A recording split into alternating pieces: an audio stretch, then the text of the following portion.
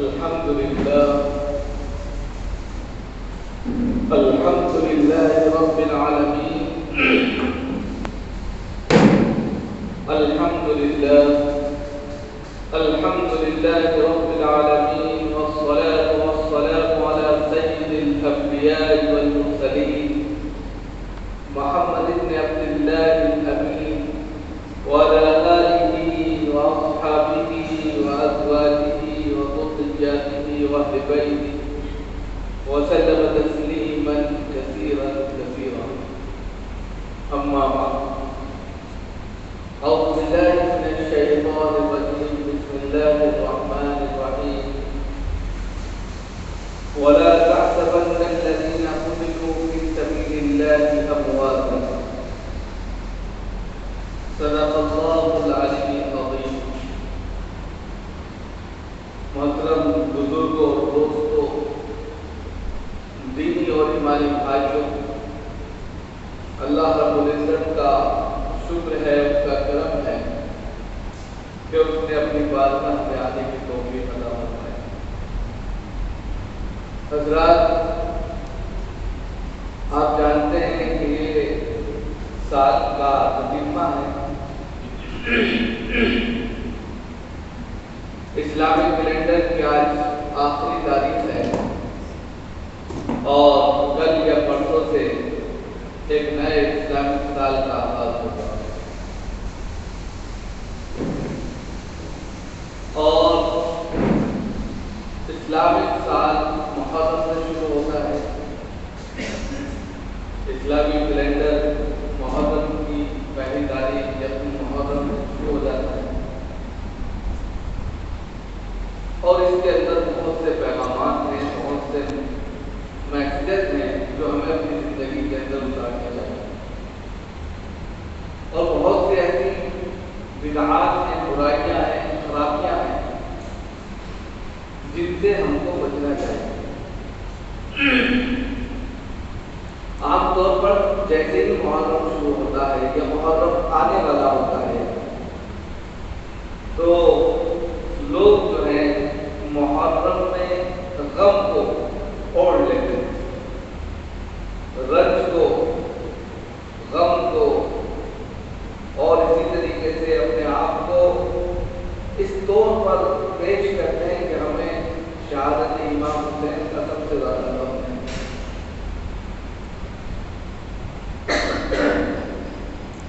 اور یہ ساری چیزیں صرف اور صرف اس بنیاد پر پیش کی جاتی ہیں کہ اس سے ہم عقیدت رکھتے ہیں، محبت رکھتے ہیں اور اسلام کو اس طور پر پیش کرنے کی کوشش کرتے ہیں کہ یہ چیزیں اسلام میں جائز ہیں اور ضروری ہیں، جبکہ اسلام سے ان کا کوئی رشتہ نہیں ہے، کوئی لین دین نہیں ہے. جو خرافات، جو بدعات، جو نئی رسم و رواج آج کے نوجوان کرتے ہیں.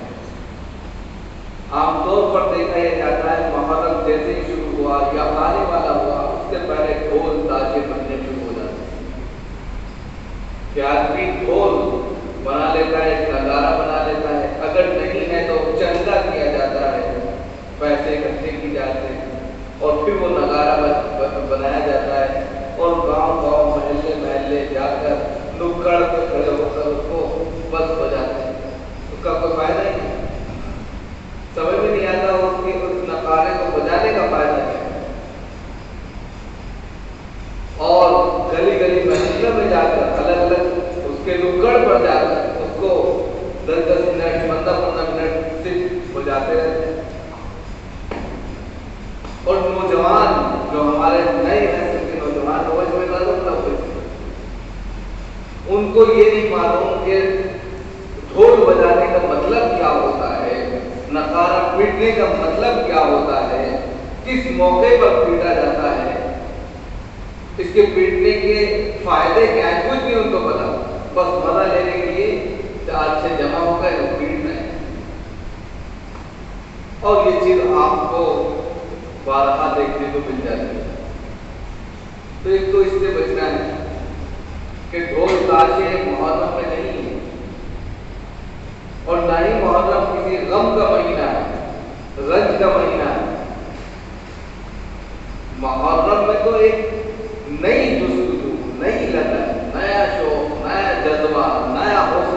پھر سے زندگی کی دوڑ میں آگے بڑھنا چاہیے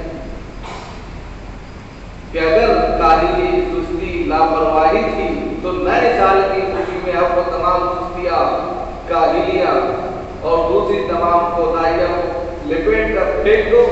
اب جو ہے سرے نو سال کا آغاز ہو رہا ہے، ہماری زندگی کا آغاز ہے، لہذا اب ہماری زندگی اسلامی کیلنڈر کے ساتھ ساتھ اسلامی زندگی بن کر گزرے گی۔ یہ مطالبہ ہے، یہ مطالبہ نہیں ہے کہ محرم شروع ہوا بھیا ڈھول بجانا شروع کر دیں۔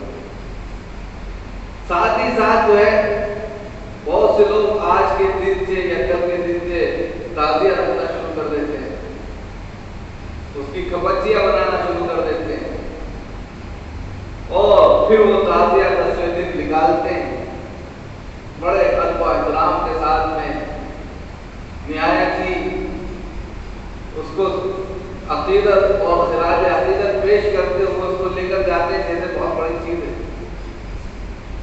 لیکن یہ سمجھ میں نہیں آتا کہ وہ تعزیہ کیوں نکالتے ہیں، ان کو خود نہیں معلوم کہ تعزیے کا مطلب کیا ہے۔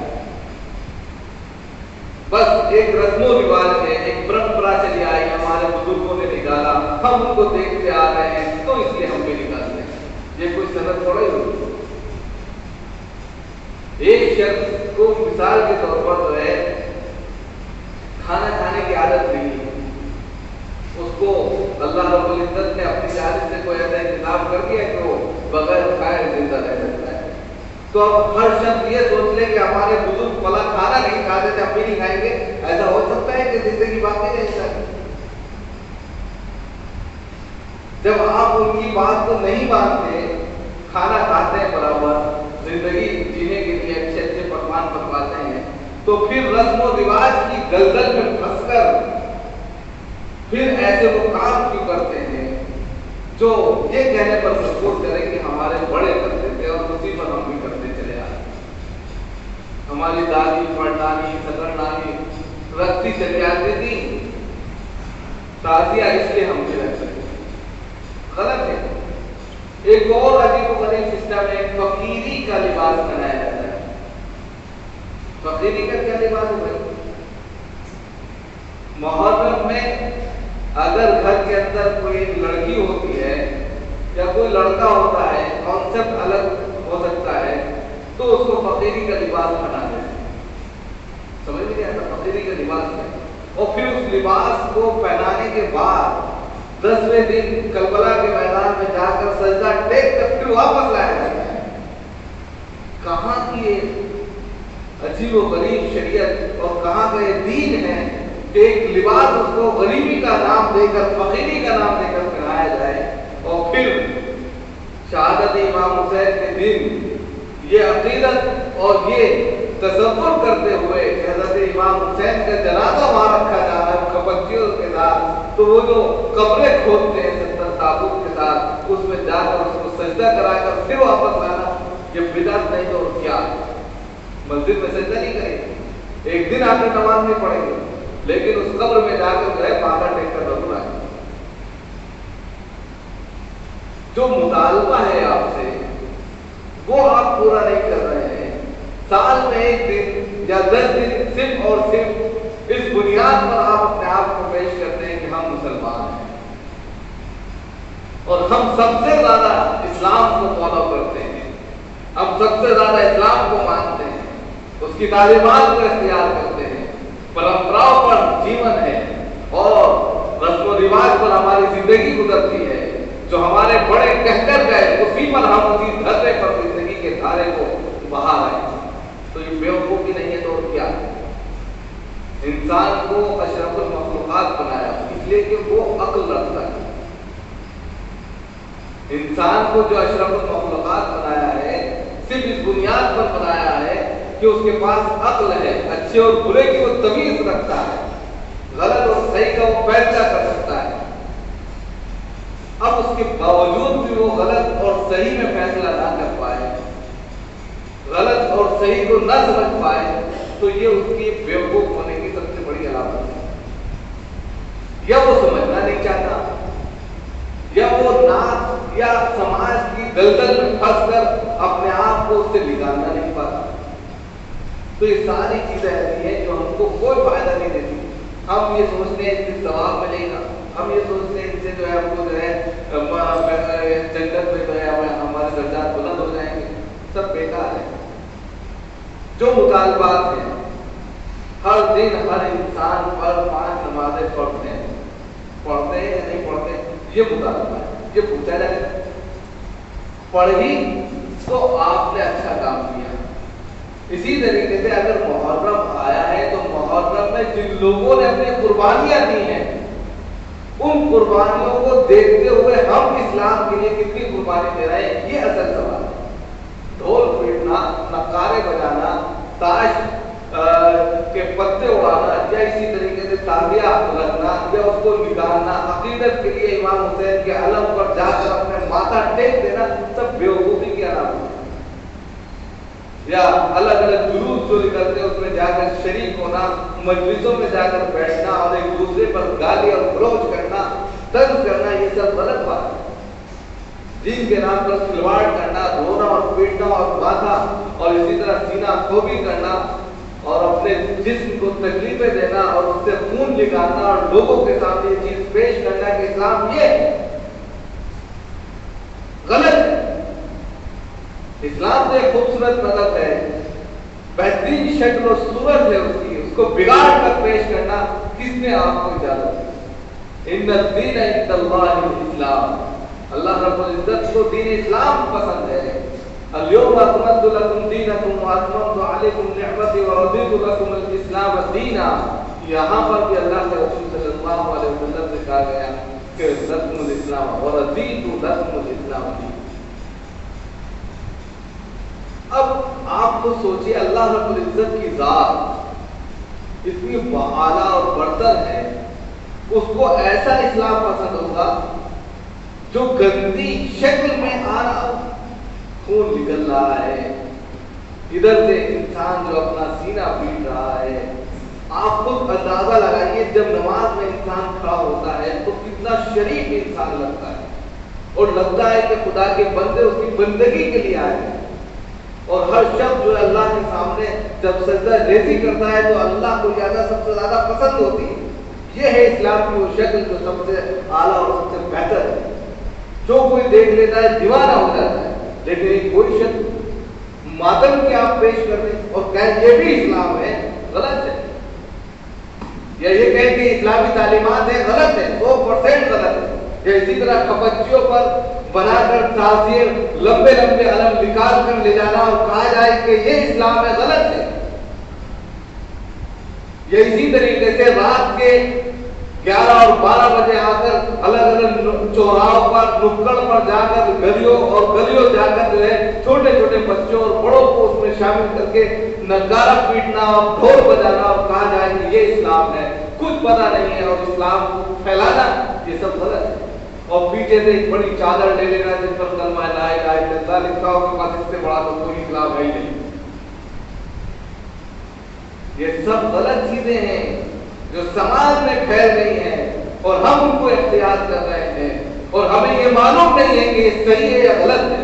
ہم اس کو ٹوکتے نہیں, ہم اس کو روکتے نہیں اور بس اوقات ہم اس میں ملوث ہو جاتے ہیں, چندہ لینے لگتے ہیں, سوچتے ہیں کہ بھیا اس میں ثواب ملے گا.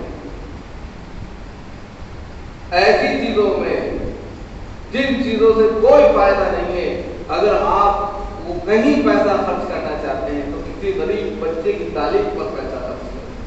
وہ پیسہ آپ کا جائز جگہ لگے گا اور جتنے لوگوں کو وہ پڑھائے گا جب وہ خود پڑھے گا سب کا ثواب قیامت تک ملتا ہے. آج مسلم سوسائٹی کے اندر جو ہے علم کی کمی ہے, علم کے اوپر ان کے پاس پیسہ نہیں ہے. اگر ان سے کہا جائے علم سیکھ لو, علم سکھا دو, علم کے مرکز بنا دو, علم کے اعتبار سے آپ جو ہے کوئی سوسائٹی تیار کر دو, نہیں, کیا فائدہ ہے.